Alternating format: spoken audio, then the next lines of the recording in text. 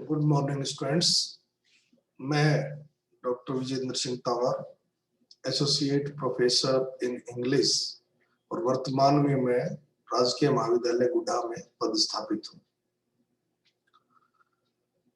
इस कोरोना काल में जो वीडियो सीरीज बनाई जा रही है उसमें आज का जो वीडियो है वो बीए पार्ट सेकंड के विद्यार्थियों के लिए है जिन्होंने इंग्लिश लिटरेचर विषय को चुना है।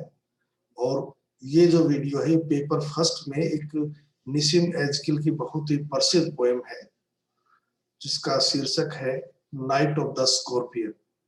उसका एक्सप्लेनेशन को लेकर बनाया गया है, क्योंकि जैसा कि आप जानते हो कि क्वेश्चन हो एक्सप्लेनेशन हो, ये दोनों ही चीजें कंपलसरी है। और अगर आपको लाइन टू लाइन पोएम को समझ में आ जाती है तो फिर आप किसी भी प्रश्न का उसका उत्तर दे सकते हैं। तो सबसे पहले हम कवि के बारे में जानते हैं। निसिम एजकिल जो है, जैसा नाम से लगता है कि कोई विदेशी होगा, लेकिन ये इंडियन पोएट है। इसका जन्म 1924 में महाराष्ट्र में हुआ और डेथ 2004 में। इसकी जो बैकग्राउंड है वो है ही वाज ए ज्यूइश यहूदी कवि था। कवि क्या, ये एक्टर भी, प्ले राइट, नाटक लिखने वाला भी, एडिटर भी, आर्ट क्रिटिक, यानी कि बहुत सारे इसने कार्य अलग अलग क्षेत्रों में किए हैं, बहुत सी भूमिकाएं निभाई। जो पोस्ट कॉलोनियल इंडिया है, पोस्ट कॉलोनियल इंडिया का मतलब जो आजादी के बाद का जो भारत है उसकी जो लिटरेरी हिस्ट्री में जो एक सिस्टम बनाया गया है या जो नींव रखी गई, वो नींव साहित्य की जो नींव रखी हुई, किस प्रकार का साहित्य लिखा जाएगा, क्योंकि आजादी के दौरान, गुलामी के दौरान तो आप अपने खुलकर अपने विचार प्रकट नहीं कर पा रहे थे, तो उनका एक फाउंडेशनल फिगर माना जाता है इसको, खास करके इंडियन पोएट्री में, जो इंडो एंग्लियन पोएट्री जो इंग्लिश में लिखी जाती है।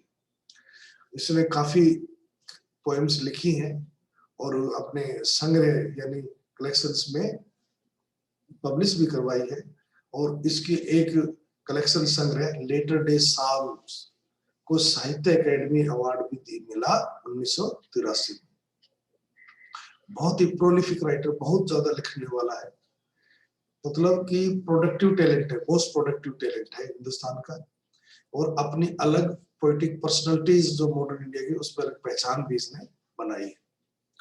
7 संग्रह जो कविताओं के अब तक इसने लिखे थे और सभी के द्वारा, ऑल एंड हर किसी छोटे या बड़े सभी के द्वारा इसको एक इंडियन इंग्लिश पोएट, जो कि पोस्ट इंडिपेंडेंस एरा का बहुत प्रसिद्ध कवि है, जिसने अपना एक स्थान बनाया है, जिसने अपनी एक जगह बनाई है लिटरेचर में, वो माना जाता है। इसके अलावा पोएम लिखने के अलावा इसमें लिटरेरी जर्नल्स, मैगजीन्स के लिए भी पोएम समय समय पर लिखी है। और उसका टेस्ट, इंटरेस्ट और प्रयोगों से अलग अलग वैरायटी थी इसमें। और ये एक प्रोफेसर रहा है बॉम्बे यूनिवर्सिटी के अंदर, और एचओडी भी रहा बॉम्बे यूनिवर्सिटी के इंग्लिश डिपार्टमेंट का।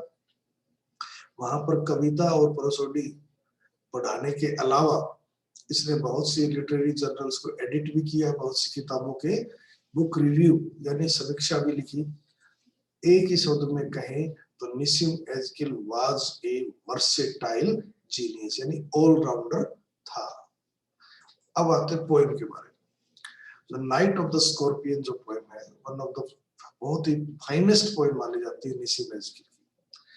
इसका जो प्रकाशन है, या ये जो पहली बार जब सामने आई दर्शकों के, ये 1965 में द एग्जैक्ट नेम की एक संग्रह, कलेक्शन, एंथोलॉजी पब्लिश की थी, उसमें थी। और जब इसको पढ़ा तो सभी के द्वारा इस पोएम की प्रशंसा की गई। जितने भी क्रिटिक थे सभी ने कहा बहुत ही शानदार कविता लिखी गई है।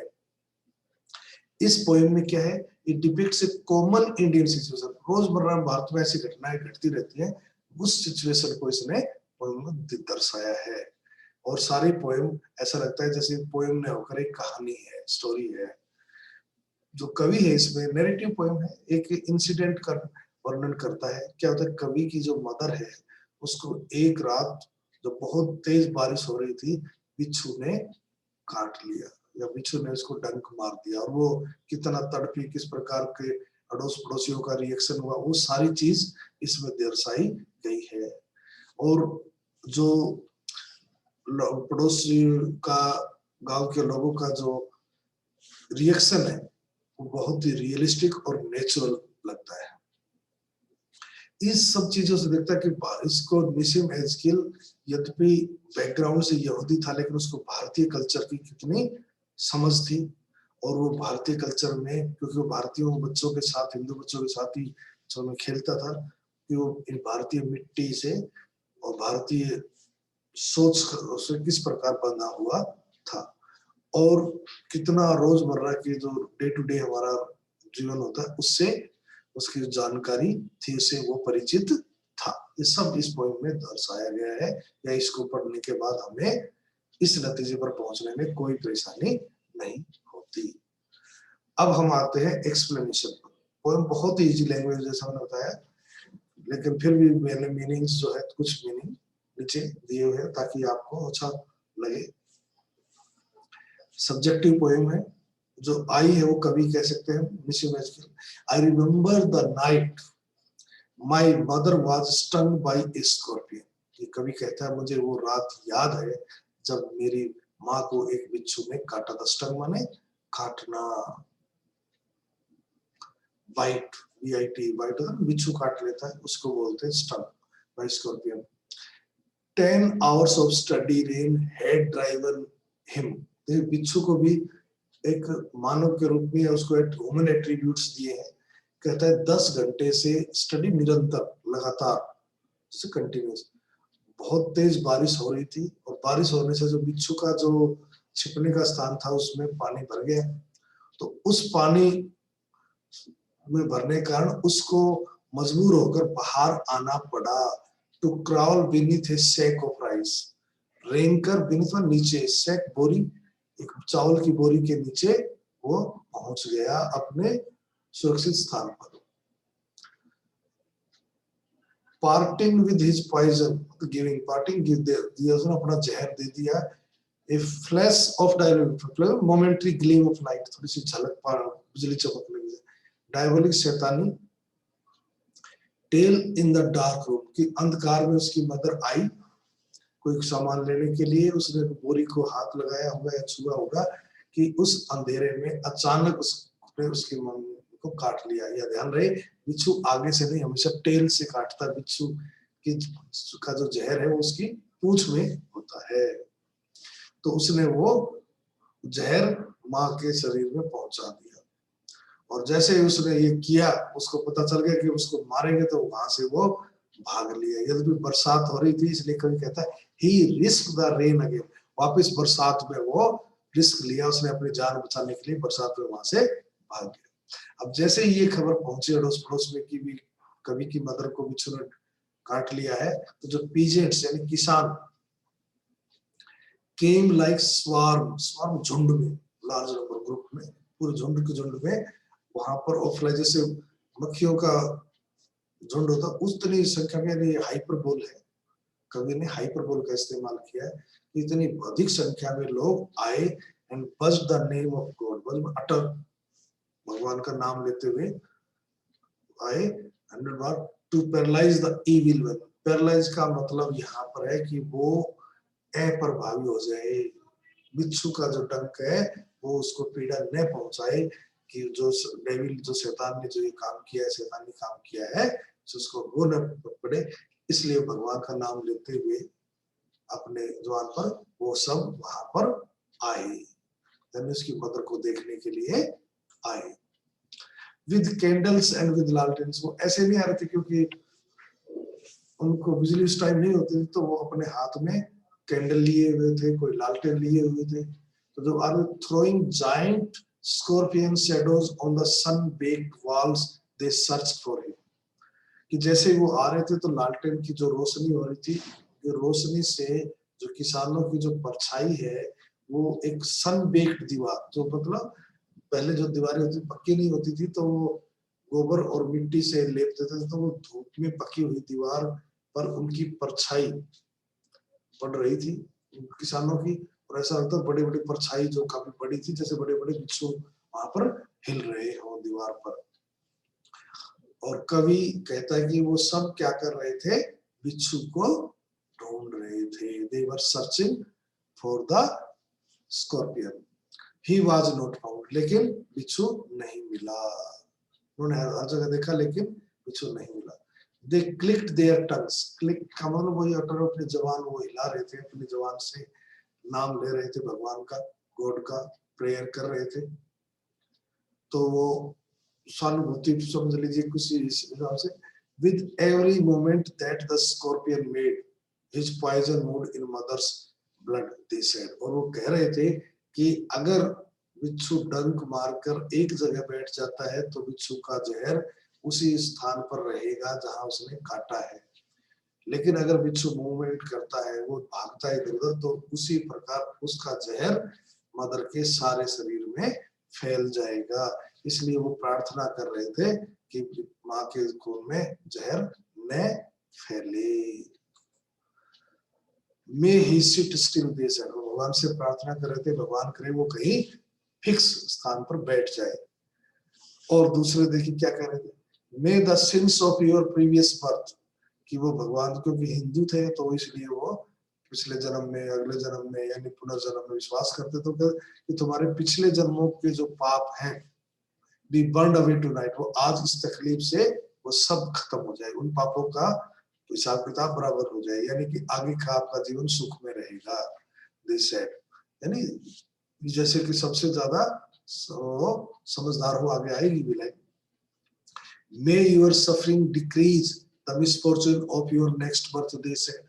और या अगर तुमने पिछले जन्म में पाप नहीं किए तो अब जो पाप किए हैं वो पाप अगले जन्म में भुगतने पड़ेंगे उनका फल, तो वो फल कम मिले, कम कष्टकारी हो, इस कष्ट के कारण ऐसा भगवान से प्रार्थना कर रहे थे। May the sum of all evil balanced in this unreal world. और अगर कोई पाप और उसके पुण्य का कोई संतुलन है तो ये जो कष्ट है ये तुम्हारे इस अनरियल वर्ल्ड में, भ्रम की दुनिया, इस भौतिक दुनिया में उनको संतुलित कर देना, तुम्हारे पाप रहे न तुम्हारा पुण्य का पलड़ा भारी रहे। Against the sum of good become diminished by your pain. और जो पापों का जो पलड़ा है वो और भी डिमिनिश माने कम होना, डिक्रीज होना, वो भी कम हो जाए इस तकलीफ से। May the poison purify your flesh, flesh में बॉडी, शरीर। और कुछ ये भी प्रार्थना कर रहे थे कि जो ये तुम्हारा शरीर है जिसमें इतने पाप होते हैं, इतना वो सब शुद्ध हो जाए इस कष्ट से, सारे जो बुरी भाव थे वो सब खत्म हो जाए, desire. And your spirit of ambition, जो तुम्हारा महत्वाकांक्षा थी तुम्हारी आत्मा की, वो सब दूर हो जाए। They said, and they sat around on the floor with my mother in the center. और वो आकर बैठ गए, उनकी जो मदर थी जो कवि की वो बीच में थी, कोई चटाई आगे आएगा भी, चटाई पर वो तड़प रही थी, तकलीफ में थी, और वो लोग आसपास उसके चारों ओर बैठ गए फर्श पर। The peace of understanding on each face, सभी के सभी गांव वाले ऐसा लग रहा जैसे सबसे समझदार व्यक्ति, यानी जो ऊपर बातें कही उनकी बहुत बड़ी समझ का परिणाम हो। मोर कैंडल्स मोर लालटेन्स, और ज्यादा लोग आए, लालटेन्स और कैंडल्स मतलब more neighbours more insects and the endless rain, और बरसात भी दिन चलती रही, मतलब वही प्रोसेस, और धीरे धीरे लोगों की संख्या उसकी माँ के देखने के लिए बढ़ती ही चली गई। माई मदर ट्विस्टेड, और उसकी जो मदर जो थी वो रीअरेंज द बॉडी, वो तड़फ रही थी, कभी शरीर को इधर कभी उधर को, twisted through and through the groaning on a mat, मतलब groan तो कराना, मतलब दर्द से चिल्लाना, वो बहुत तकलीफ में मैट चटाई पर बैठ लेटी हुई बहुत ही तकलीफ से उसकी माँ गुजर रही थी। यानी कि माँ का रिएक्शन अलग था, गांव वालों का रिएक्शन अलग था। अब देखिए, अब फादर का रिएक्शन देखिए।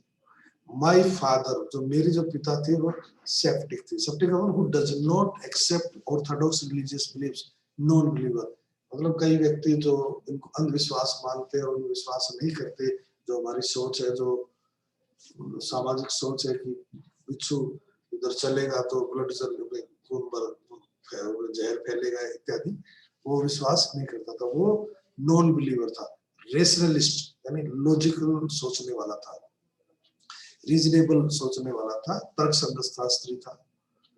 उन्होंने कहा trying every curse and blessing, उसने हर चीज का उपयोग किया, चाहे वो विज्ञान का अभिशाप हो या वरदान हो। उसने कहा पाउडर मिक्सचर हर्ब हाइब्रिड, यानी कि जो भी मेडिसिनल प्लांट थे, कोई मिक्सचर, कोई जड़ी बूटियों का मिक्सचर किया, कोई जड़ी बूटी ली, हाइब्रिड सबका मिक्सचर करके उसने उन सब का इस्तेमाल किया इस तकलीफ से माँ को छुटकारा दिलाने के लिए। He even poured a little paraffin, wax, मोम, उसने थोड़ा सा मोम उड़ेल दिया upon the beaten tooth, जो अंगूठा जो जिस पर डंक लगा था बिच्छू का, उस पर, and put a match to it, और उसको जला भी दिया ताकि जलने से वो डंक समाप्त हो जाए। I watched the flame feeding on my mother, तो कवि कहता है कि वो तो बच्चा तो वो देख रहा था किस प्रकार आग जो है उसकी माँ के अंगूठे को जला रही थी।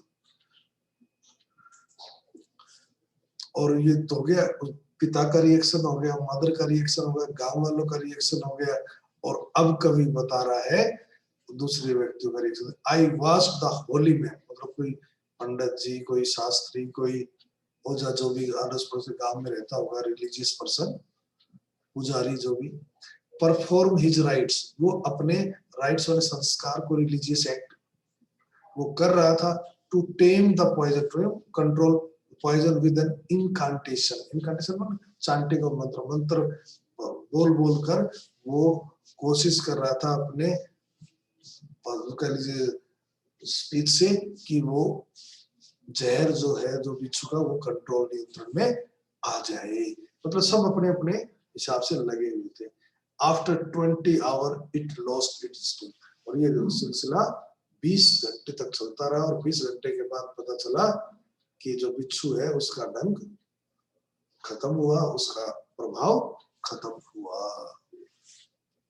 यानी इसमें हमने किस किस का रिएक्शन देख लिया, पिता का देख लिया, और गांव वालों का देख लिया, और रिलीजियस पर्सन का देख लिया। अब माँ को ठीक हो गई है कि उसका बिच्छू का जो डंक था वो उसका प्रभाव खत्म हो गया, तो क्या करती है देखिए।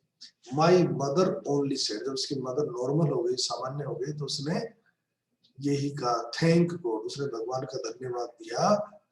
The scorpion picked on me, फिर चूज सुना कि उस बात के लिए कि जो स्कॉर्पियन था यानी बिच्छू था, उसने उसको चुना, and spared my children, spared छोड़ देना, एब्सटेन फ्रॉम हर्टिंग, छोड़ देना उनको, और मेरे बच्चों को छोड़ दिया, इस बात के लिए उसने भगवान का धन्यवाद दिया।